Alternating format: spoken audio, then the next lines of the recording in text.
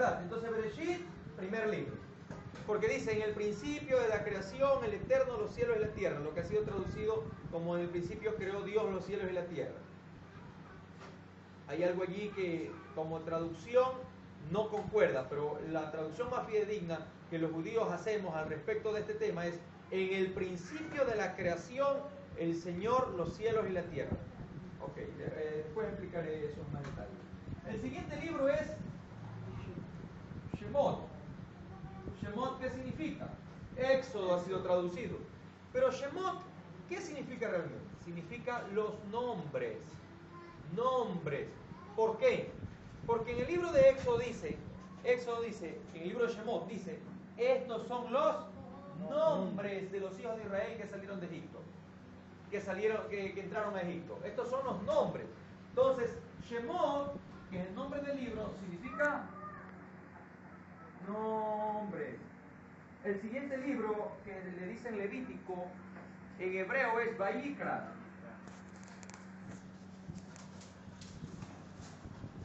¿Qué significa Vayikra realmente en el español? Y llamó. Porque los primeros versos del texto de Levítico dice que Hashem llamó a su siervo. Entonces ahí dice, y llamó. El siguiente verso, el siguiente libro, ¿cómo se dice en hebreo? Números, ¿cómo es? Bamidbar, ahorita lo acabé de decir, Bamidbar. Y Bamidbar significa en el desierto. Y el último libro de los 5 libros escritos por Moshe es Devarim. Traducido como Deuteronomio, pero está el error también. Devarim significa palabras, porque el primer verso de la escritura dice, y estas son las palabras, dice, y estas son las palabras, así es como empieza la escritura. Ahora, miren el mensaje que nos da el nombre real y original de los 5 libros. Vean el mensaje real que da. En el principio, el Eterno llamó a los nombres al desierto para darle la palabra. En el principio llamó los nombres en el desierto para darle la palabra. Este que está aquí, que dice Shemot, nombres, es sinónimo de los nombres de los hijos de Israel. Usted va a la escritura, usted va a encontrar en el primer capítulo de Éxodo que cuando se refieren a los nombres, se está refiriendo a los nombres de las tribus de Israel. Búsquelo. En Éxodo capítulo 1, por favor, mi hermano.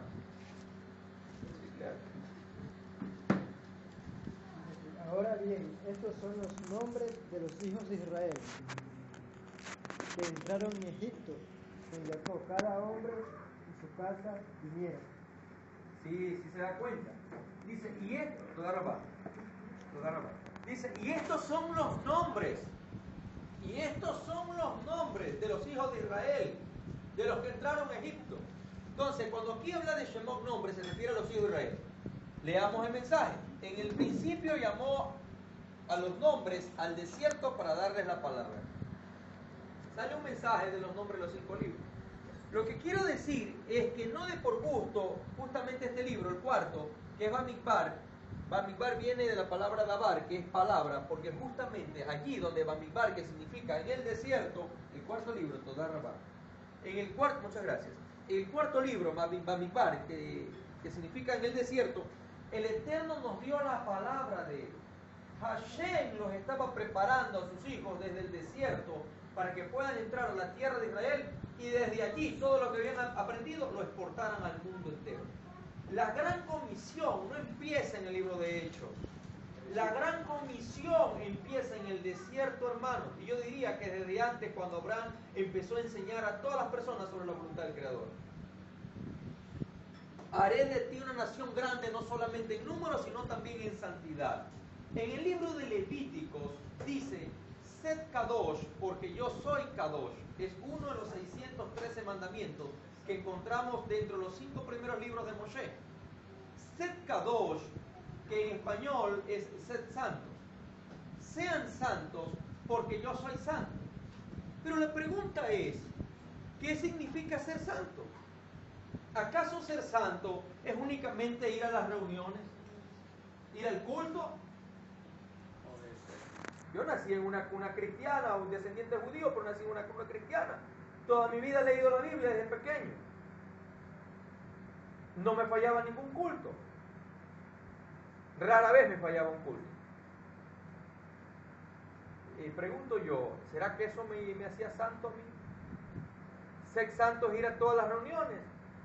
Ser santo es cantarle con todo el corazón a Dios. Eso es todo lo que es ser santo.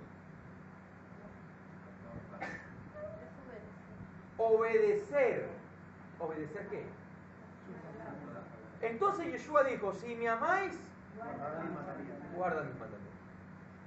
Y cuando nosotros vamos a ver cuáles son esos mandamientos, se le preguntan al maestro, le dicen, maestro, ¿cuál es el mandamiento más grande? Y él responde,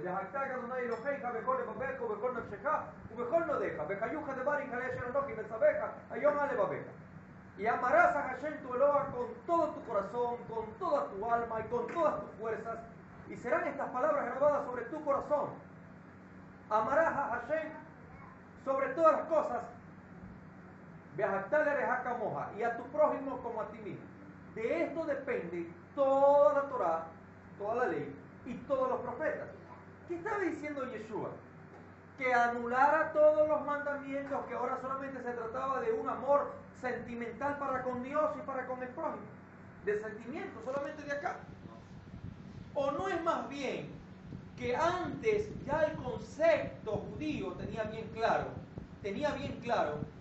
que el amar a Dios tiene que ver con guardar todos los mandamientos? Y le estaban preguntando al gran maestro, a Yeshua, lo que le preguntaban, por ende, eran para probarlo.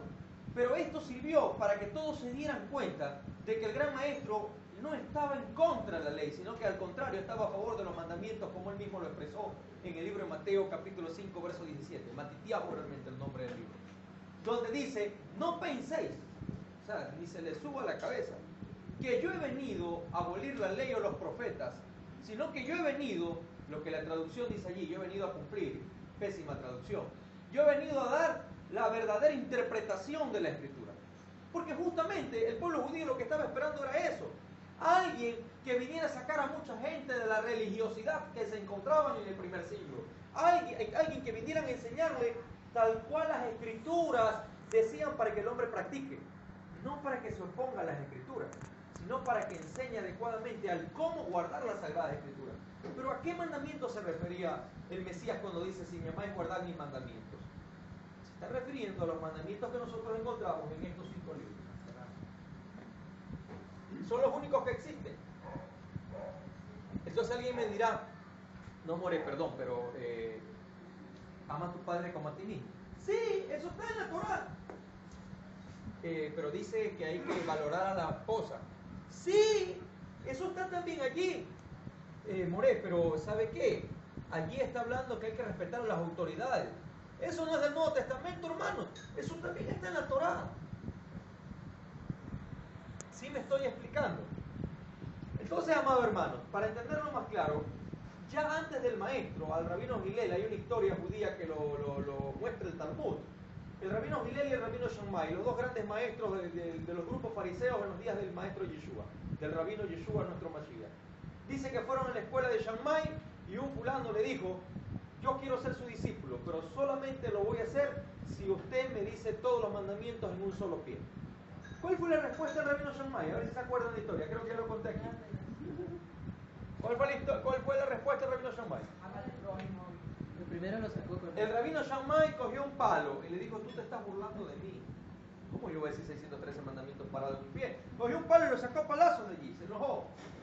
Con esa misma pregunta fue donde el rabino Hillel, a otra sinagoga, y le dijo, por favor rabino, yo quiero saber cómo puedo resumir todos los mandamientos, ¿me lo puede decir usted en un solo pie?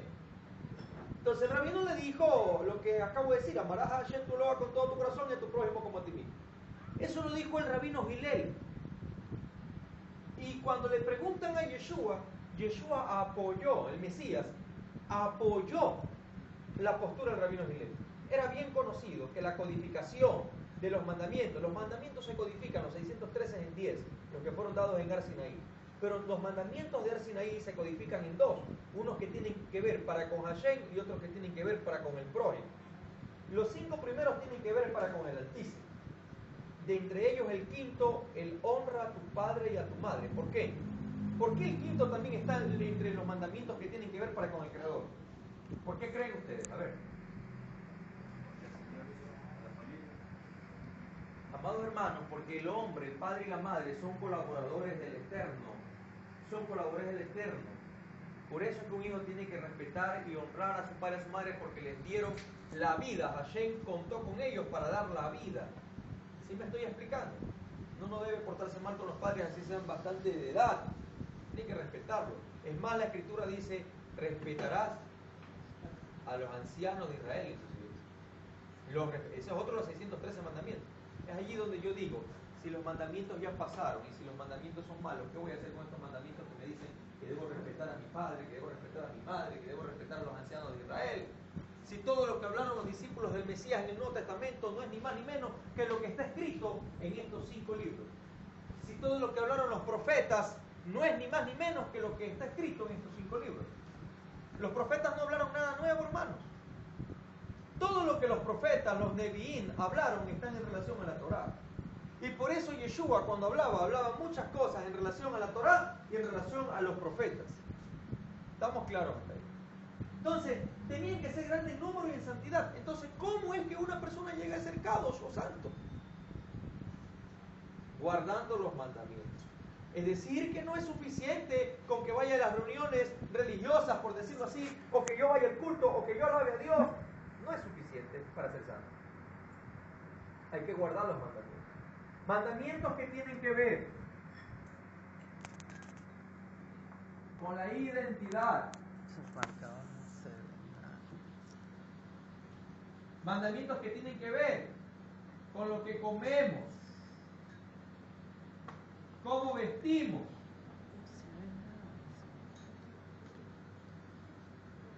Recuerden ustedes que los mandamientos del Eterno están clasificados. Mira, estamos en la segunda provisión. Haré de ti una nación grande. Ahorita estoy ampliando el tema que les di allá en el auditorio. Estamos ampliándolo un poco más. Hermanos amados, los mandamientos tienen su clasificación, ¿verdad? Voy a borrar. Cuando nosotros vemos en la Escritura que dice simplemente mandamientos, que en hebreo es mitzvot, así nomás, kajá, de ese modo. Cuando nosotros vemos esa palabra en el hebreo, perdón, en el español, en la traducción, englobamos todos los mandamientos, los metemos en una sola punta. Pero cuando nosotros vamos al texto original hebreo, aquellas partes donde dice que nosotros debemos andar conforme a los preceptos, conforme a los estatutos, conforme a las ordenanzas del Creador, nosotros lo metemos en una sola punta, decimos, ok, precepto es igual que ordenanza, ordenanza igual que estatuto. Ok, precepto, ordenanza, estatuto son sinónimos. No es así. No es así. En hebreo, una cosa son los hukim, otra cosa son los mishpatim,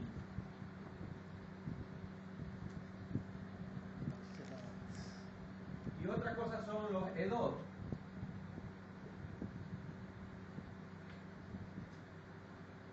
Hukim son ordenanzas. Mishpatim son leyes o decretos. Edot, testimonio.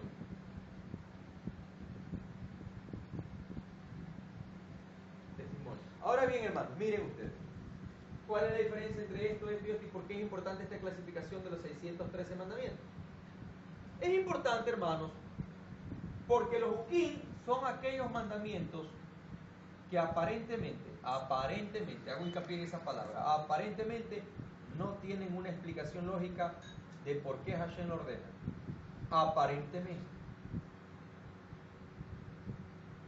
Los mishpatim son todos aquellos mandamientos de carácter civil y social. Carácter civil y social. Y los edot son mandamientos de testimonios de carácter salvífico. Testimonio de carácter salvífico. Entonces vamos a poner un ejemplo de cada uno de ellos.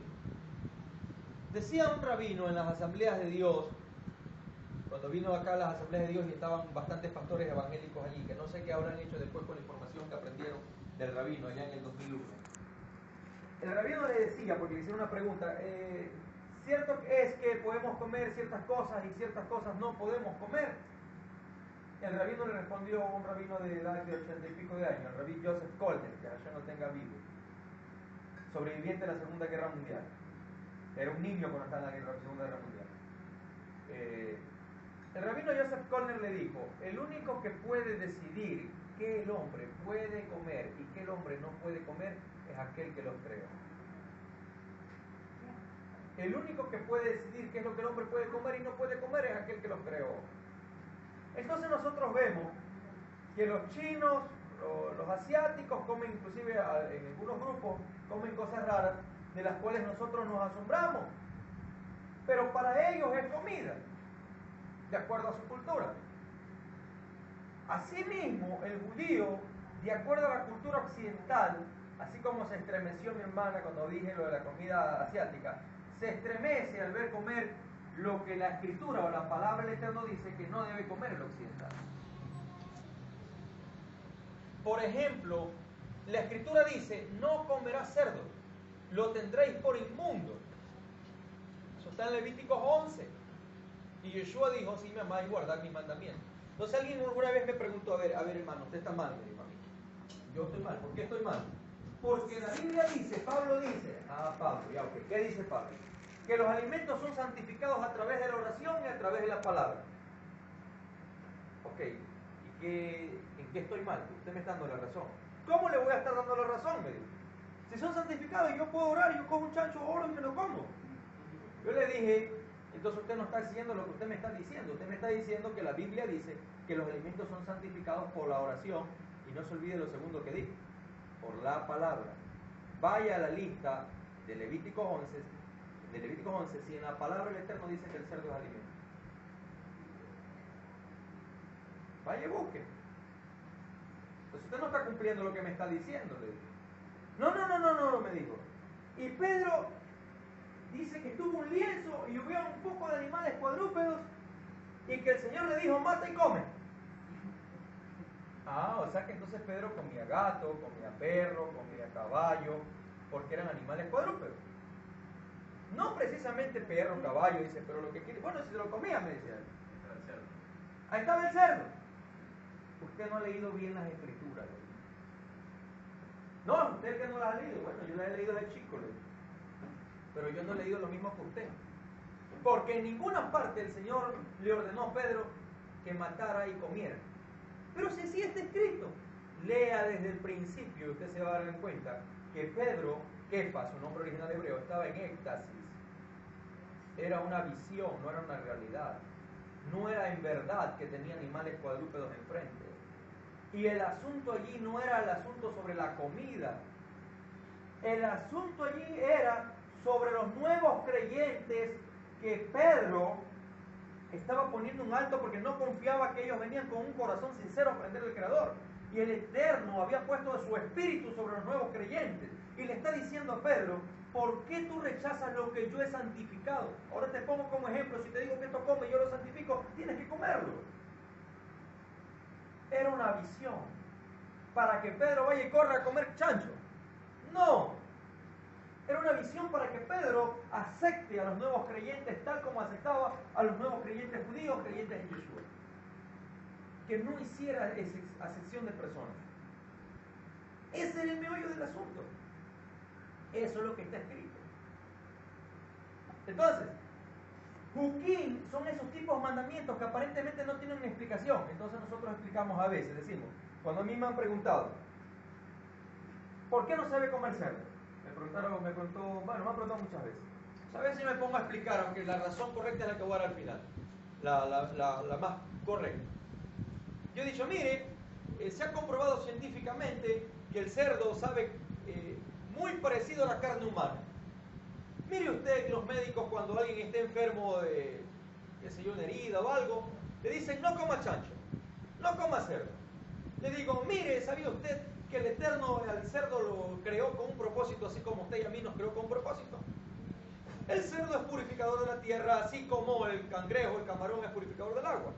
El cerdo es un tacho de basura en la tierra. Por esa razón el cerdo come de todo, come cáscara de todo. hasta excremento muchas veces. Me respondió, ¿qué pasaría si lo alimentamos con polvillo como en esta empresa? ¿Cómo que va a ser? Una empresa aquí en el Ecuador. Entonces yo le dije, pero aún así, no es el propósito de ese cerdo solo comer polvillo. Sáquenlo, suéltenle a esos cerdos y va a ver que va a buscar su propósito. Entonces, ¿cuál es la razón correcta o la más exacta del por qué no debemos comer cerdo? La razón exacta no es por todas las anteriores que le dije a esa persona. La razón exacta es por esto, porque es un mandamiento Juquín, una ordenanza de Hashem, algo que dijo Hashem que no hiciéramos y no debemos hacerlo. Esa es la razón. Adán no debía entender el por qué el Eterno le dijo a él que no comiera del árbol que estaba en medio. ¿Cómo se llamaba ese árbol? De la ciencia del bien y del mal. Adán no tenía que entender el por qué. Solo obedecer. Adán era que obedecer. O Hashem, usted ve en la escritura que se... A ver, te voy a dar una explicación. ¿Por qué es que no puede comer ese árbol? No, la explicación ¿sabe quién se lo dio? El maligno después le quiso dar una explicación. Y nada más que alejado de la realidad, ¿cómo se dice? Transversada, digo. En todo caso, ahí entra Deuteronomio 29, cuando dice que hay cosas reveladas para nosotros, para que las entendamos y la aprendamos y la enseñemos. Y hay cosas que obviamente no tienen explicación. Así es. Y eso le pertenece a Dios. Así es, de hecho Moshe no lo entendió todo en el desierto, ni Shlomo, Salomón tampoco lo entendió todo, no lo entendió todo. Y ni nosotros no lo vamos a entender todo en este mundo. Juquín son ese tipo de mandamientos que tenemos que obedecer y no tenemos que preguntar por qué. Que después que nosotros obedecemos y que comprendemos las razones de por qué Hashem lo ordenó. Después que he venido cumpliendo lo que el Eterno me ha dicho a mí que no haga, es que puedo entender el por qué el cerdo no puedo comer. Que no se puede comer por esto. Además que el cerdo tiene un gusano que, ¿cómo se llama? La triquina, que produce una enfermedad grave que es la triquinosis. Sencillamente el cerdo no es apto para el consumo humano, hermano. ¿Por qué? Porque Hashem no lo hizo apto para el consumo humano. ¿Qué lo hizo apto para el consumo humano? La glotonería. El Eterno siempre va más, el hombre sin Hashem siempre va más allá de lo que el Eterno le ha ordenado. El Eterno le dijo no comas de este árbol, el hombre fue y comió. El Eterno le dice al hombre que debe tener solo una esposa y al hombre no le basta, tiene 2 y 3. El Eterno le dice al hombre que puede comer de todo árbol, de todo fruto, que puede comer de los mamíferos, que puede comer de los animales domésticos, que puede comer de las aves, y es amplia la gama que podemos comer, pero al hombre le hace falta todavía comer cerdo. Le hace falta desobedecer porque el hombre sin Hashem, cuando le dicen no, el hombre dice yo quiero. También inclusive hay gente que come el gallinazo, por ejemplo. Imagínese usted, Eso es, como que si no hubiera gallina, no hubiera un animal inmundo y hay gente que se come. Mishpatim. ¿Qué tipo de mandamientos son Mishpatim? Mishpatim son aquellos mandamientos que son de carácter civil. Aquellos sí los entendemos porque son fáciles de entender. No robarás. No adulterarás. No fornicarás. Mishpatim. La ley de la indemnización. Si la ley ya pasó, la Torah ya pasó, entonces esto ya no sirve. Podemos robar, podemos fornicar, podemos adulterar. Pero dice la Escritura que si el buey de un vecino daña al buey del otro vecino, lo mata, este dueño tiene que indemnizarle al vecino con un buey nuevo, por decirlo así. ¿Y ahora qué hacemos? Habla de bueyes y no de carros, estamos en el tiempo de los autos. ¿Qué hacemos? Si el carro de mi hermano equivocadamente choca con el carro del otro hermano, aplicamos el mismo principio de la Torah, el mismo mandamiento. Tiene que indemnizar. Esa es la realidad del ojo por ojo y diente por diente que se estigmatizó y que se dice que el ojo por ojo y diente por diente es la ley del talión que los judíos practicaban. Tú le das en el ojo y tú en el otro ojo. No es así. La ley del ojo por ojo, hermanos amados. Que la ignorancia es atrevida. Miren, escúchenme. La ignorancia es atrevida. La ley del ojo por ojo y la ley del diente por diente no es ni más ni menos que la ley de la indemnización en la Torah. La ley de la indemnización. Entonces Yeshua dice, ustedes habéis oído Ojo por ojo y diente por diente. Si te dan en una mejilla, tú pon la otra. El maestro está diciendo, como voz preventiva, que seamos pacíficos, que no caigamos en ese tipo de cosas, porque va contrario incluso de la enseñanza de los maestros. Porque obvio que si habían aquellas personas que el ojo por ojo y diente por diente no lo aplicaban conforme a la ley de la indemnización. Y eso lo hay en todos los tiempos y en todas las civilizaciones. Estamos con la ley aquí en el país, no guardan esa ley de la Torá, pero sin embargo hay leyes aquí en este país que dicen, por ejemplo, si hay un agravio hacia alguien, ¿a dónde tienen que recurrir? A las autoridades, para que las autoridades puedan establecer justicia. Pero no obstante, vemos gente que se da de golpes, vemos gente que, ¿verdad?, que toman la justicia, entre comillas, en sus propias manos. Entonces Yeshua no le está hablando a los rabinos, le está hablando al pueblo en general. Cuidado con hacer eso. Está diciendo en esa parte que cumplan la Torá como es debido, la ley de la indemnización, que no tiene nada que ver con vengarse de su propio. Es que no tienen educación, hombre. ¿Quién? Esas personas Esas personas que actúan así, claro que sí, no hay educación. Ahora, de hecho, haciendo un paréntesis, ¿qué pasaba, para que ustedes conozcan un poco más de la ley judía, o qué pasaba, que es basado en la Torá, porque la ley judía, o la jurisprudencia judía basa de la Torá o de los mandamientos del Eterno? ¿Qué pasaba cuando un individuo dañaba a otro? Digamos que se fueron de golpe, pelearon dos en una riña y el uno le dañó el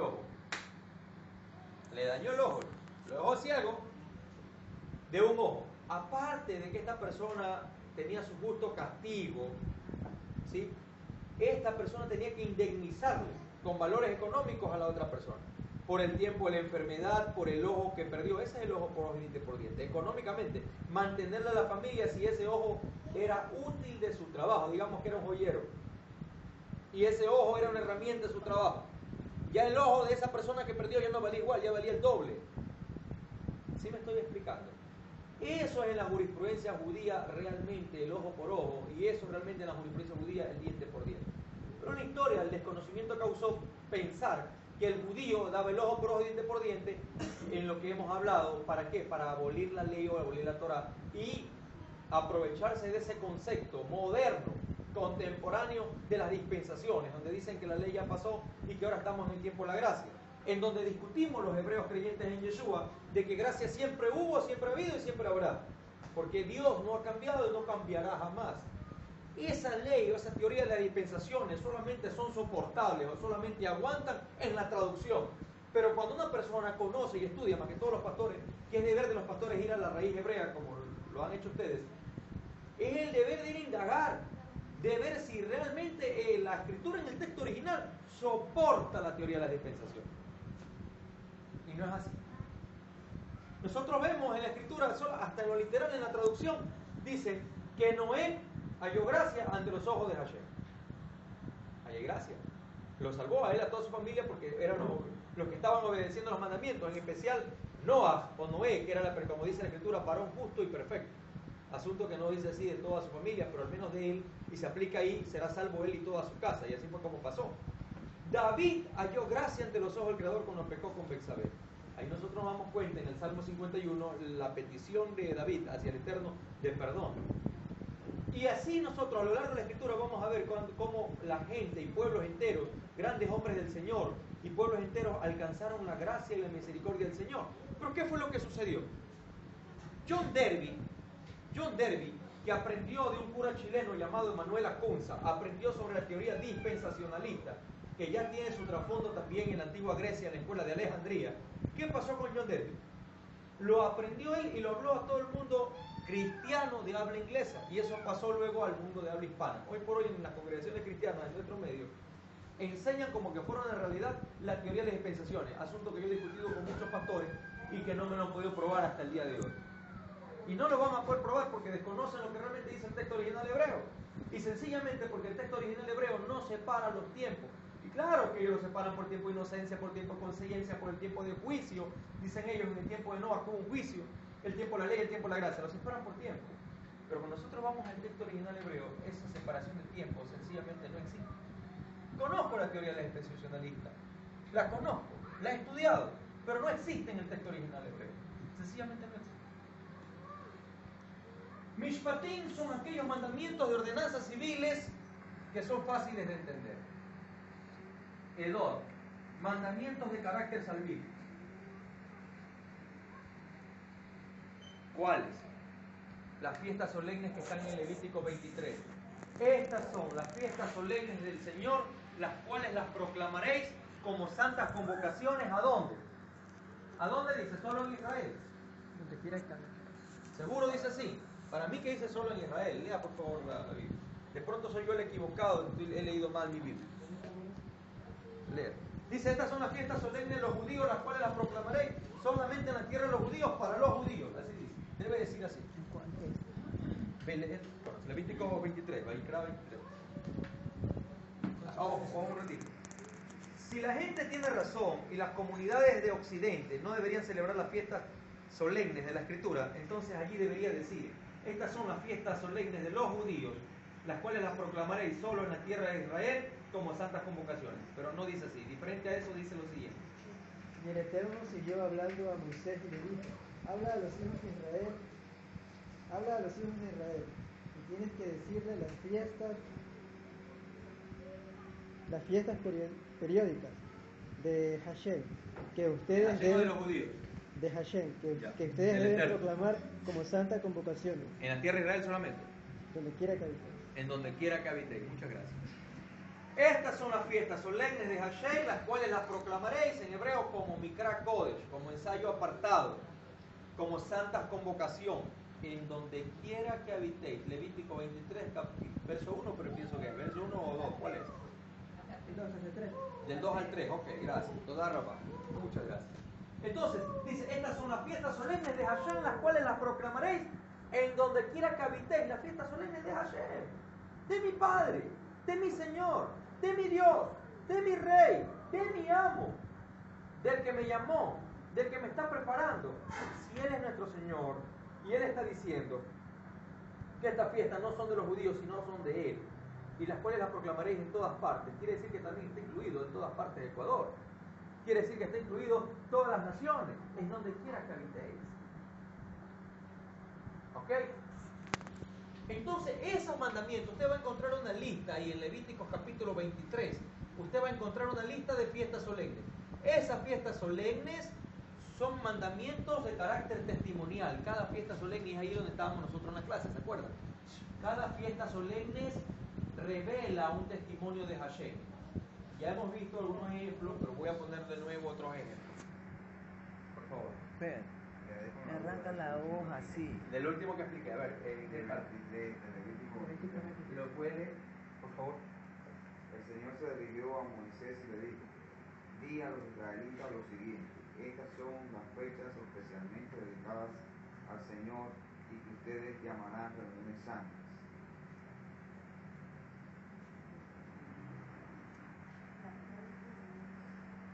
Siga, por favor. El 4, al 3, trabajarás durante 6 No, días. se saltó una parte. Vuelve a Estoy leer, leyendo directamente lo que dice. tenga la bondad, vuelve a leer el mismo texto, vuelve a leer. Tenía Aquí que lo leer. faltará un versículo. Pero, ¿Mande? aquí faltará un versículo, pero dice así la versión. O sea, esa es la versión Dios habla hoy. A ver, leamos. Y habló Jehová a Moisés diciendo, habla a los hijos de Israel y diles, las fiestas solemnes de Jehová, Ya, las las fiestas, cuales- vamos a ver por despacito. Las fiestas solemnes del Señor. En hebreo nosotros decimos Hashem, ¿ya? Perdón, yo quisiera que explicara desde el principio. A ver, bueno. Habla a los hijos Ya, de Israel. ok, ¿A quién se está dirigiendo? A los Benei Israel en hebreo. Ya voy a explicar esa parte de allí. Benei Israel es la expresión que está ahí en hebreo. Para nosotros entender qué es un Benei Israel, Benei, que ha sido traducido como hijos, Benei es una persona que puede ser natural o puede ser extranjero adherido.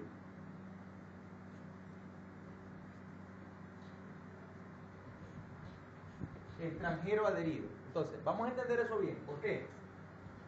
Porque en hebreo, a diferencia que en español dice hijos, simplemente hijos de Israel, como dando a pensar que está hablando solamente de la nación entera, del pueblo de Israel únicamente, aunque ya explicamos que de Egipto salió una multitud mixta, y que en el libro de Éxodo capítulo 19, verso 2, a esa multitud mixta le llamó todo Israel.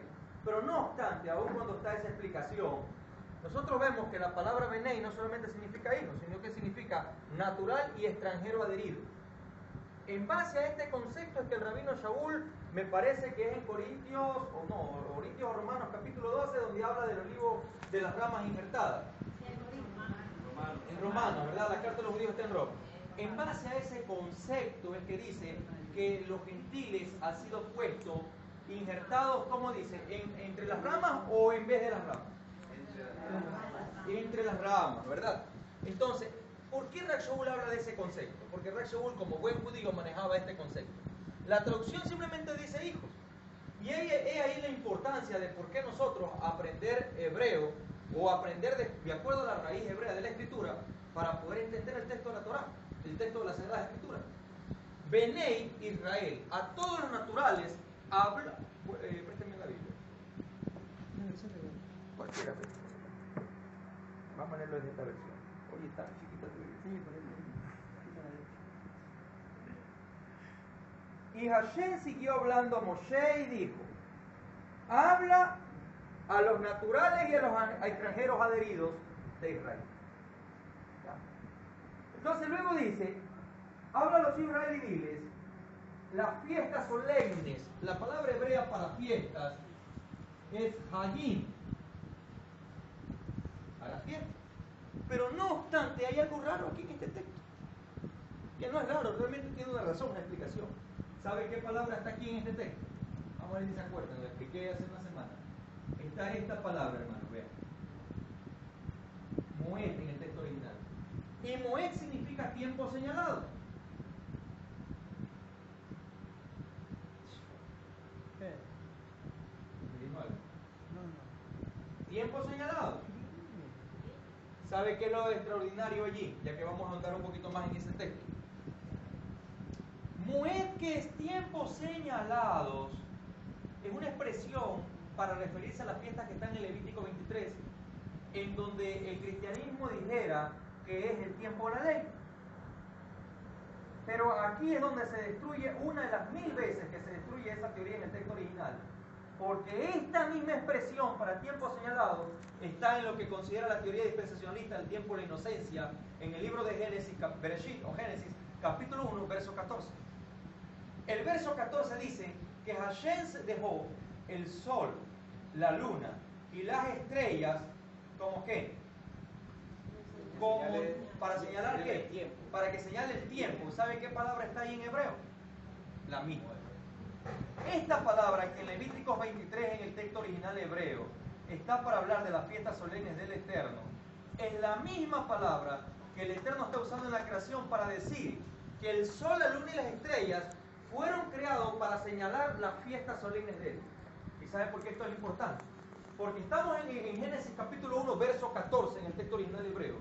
Estamos en presencia de las fiestas solemnes, no solamente para el pueblo de Israel, sino para aquel que habría de representar a todos los hombres y mujeres de este planeta, como lo es nuestro padre Adán. Me estoy explicando.